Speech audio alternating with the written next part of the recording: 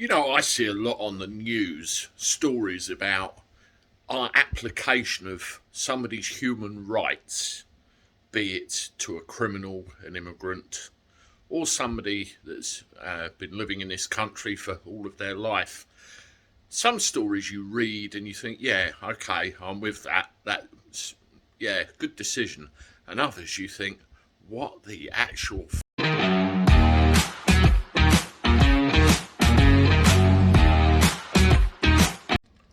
How do everyone? Welcome back to the channel for a Monday. Hope you're doing all right. Well, you might not be after I tell you this one. I really don't know where to start, and my eyes were dangling out of their sockets when I saw this. But we all get this thing about human rights. We have a right to free speech. We have a right to exist. We have a right to choose what we do with our own bodies, yada, yada, yada, yada. And we all have an equal right to those human rights. But, in my view, when you commit a crime, when you commit a very serious crime, human rights should be the least of our worries, particularly in the case of things like murder and rape and stuff like that. We've seen a lot of news about Wayne Couzens, the Metropolitan Police Service, and what a complete fuck up the whole thing is, let's face it. And poor Sarah Everard and what happened to her. Well, I've seen something in the news that absolutely disgusts me. Wayne Couzens should go away for life. He should not be given parole. Every single right should be stripped from him. Under the current law as it is, that's the maximum penalty that can be thrown at him, although I think we all quite agree he deserves something else entirely. Well, have a look at this.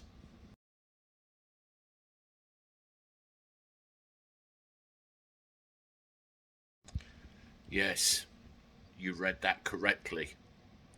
While that animal, that scum, should be stripped of every single right, it looks as though he will be allowed to keep at least a third of his police pension. And the very simple reason is, if they took the whole thing away, he should be sacked, kicked out, no pay, no pension, no nothing. It would be a violation of his human rights. Well, in this case, I say tough shit. But it has been ruled otherwise. Now, I would like to know, what about Sarah Everard's rights? What about her right to walk home in a safe environment? What about her right to live? What about her right to exist? What about her other rights that have all been cruelly stripped away from her by this animal because he chose to arrest her on a phony charge and take her to her doom? What about the rights of her family to have their daughter and loved one here? What about those rights?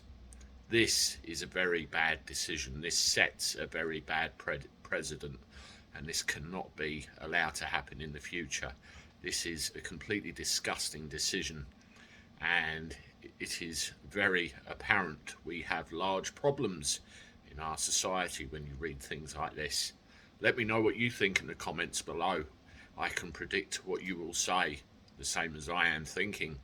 Subscribe to the channel if you haven't. Give the video a like. I look forward to your views. This is the Cabby. Till the next one, signing off. Toodaloo.